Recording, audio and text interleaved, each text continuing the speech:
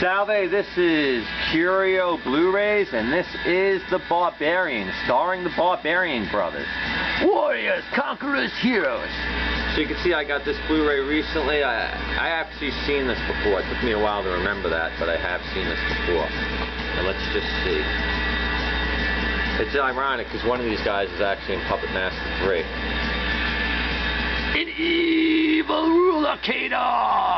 Richard Lynch, Invasion USA, Bad Dreams, Cut and Run, Enslaves Canary, a beautiful young queen, Virginia Bryant, Demons 2, and two twin brothers from her clan. Canary's faithful servant takes one of the twins to a distant land, where he grows strong and powerful while the other twin stays with the evil Kino with the help of a young outlaw woman, Eva LaRue. All my children, the twins set out to free their mother, starring the Barbarian brothers, Peter Paul and David Paul, DC Cab, Think Big, Double Trouble, and Michael Barrymore, The Hills Have Eyes, Cut and Run, Armed Response, directed by cult filmmaker Ruggero, Deodato, Cannibal Holocaust, Cut and Run. How?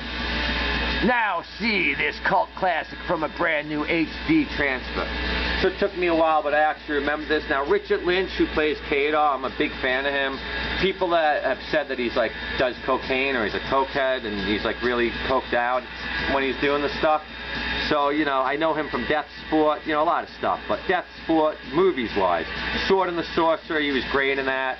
Trances 2, Puppet Master 3, which is why I have the Puppet Master lunchbox.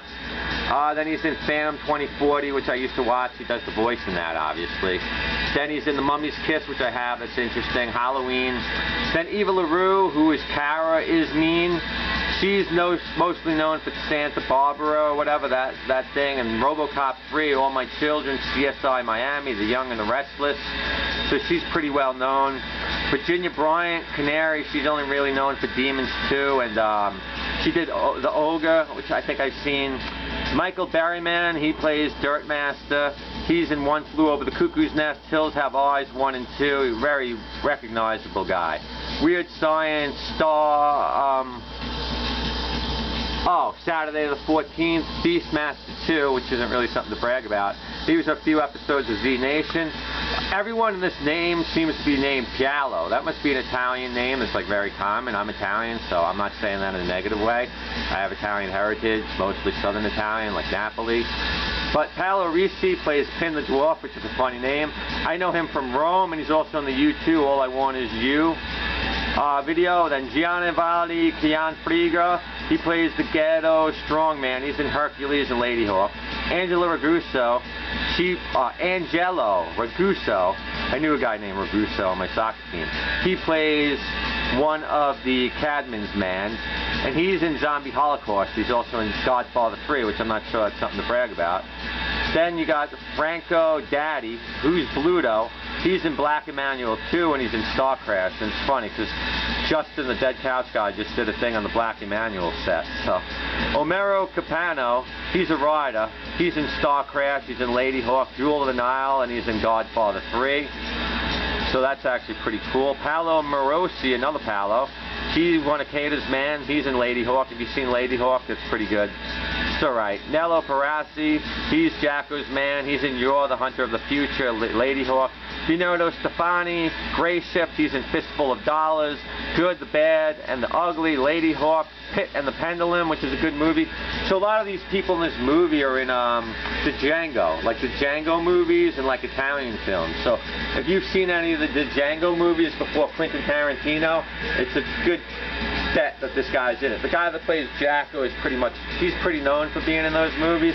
So when I saw this picture, I remembered I've seen the movie before. I remembered because I could see the guy's expression. I was like, oh, okay, I've seen this before. So Barbarians is rated R. It's one of Cannon's films. I don't remember too much of it. So I'm probably going to watch this today or tonight. I got like heat stroke, so I'm not feeling too good, so it'll give me something to do. But yeah, I couldn't really find too much information on the girl that plays her. Some of these people in like movies like Caligula, you've seen a lot of these people on like TV, like they've had a couple TV show appearances. I mean, probably the most well known is Eva LaRue, because I mean she's still working today.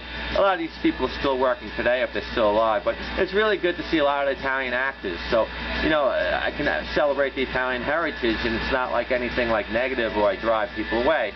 Because like people are not inclusive, so it's like all these Italian films and actors I don't really know much about. So seeing them in films at American stores is kind of cool.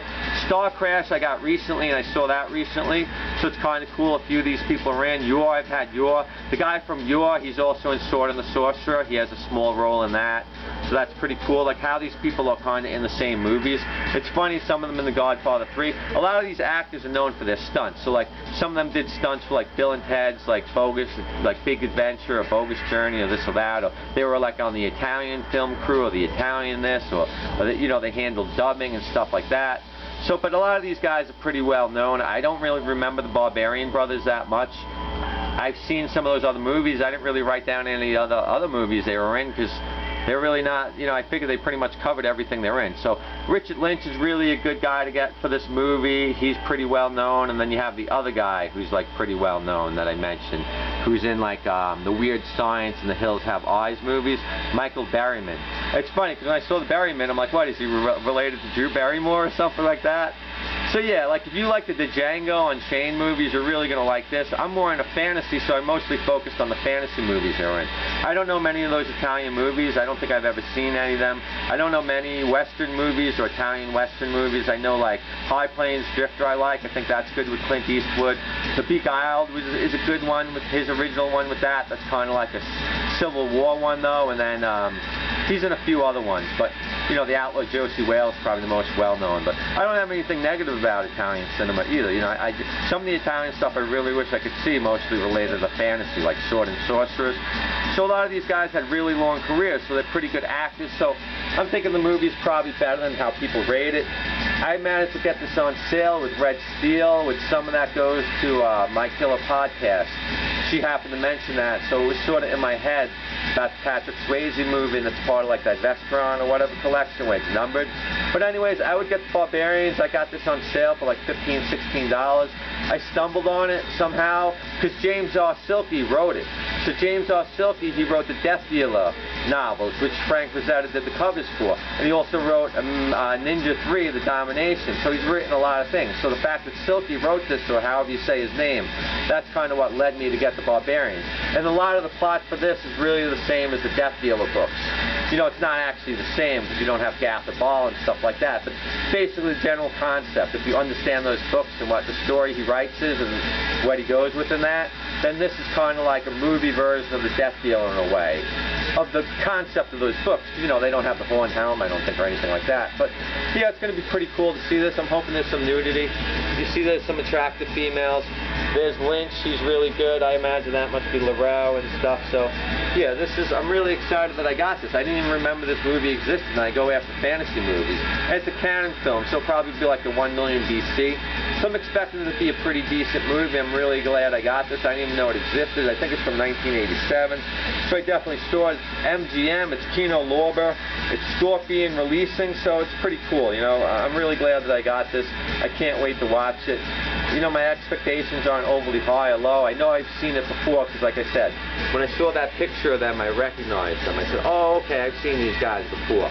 But yeah, if you're a fan of the Django Unchained, like the Django Italian, like Western movies, you really like this because it's even got the guy like Jacko. He's pretty well known. Like when you see the guy from Jacko, you're like, oh, okay, I know him.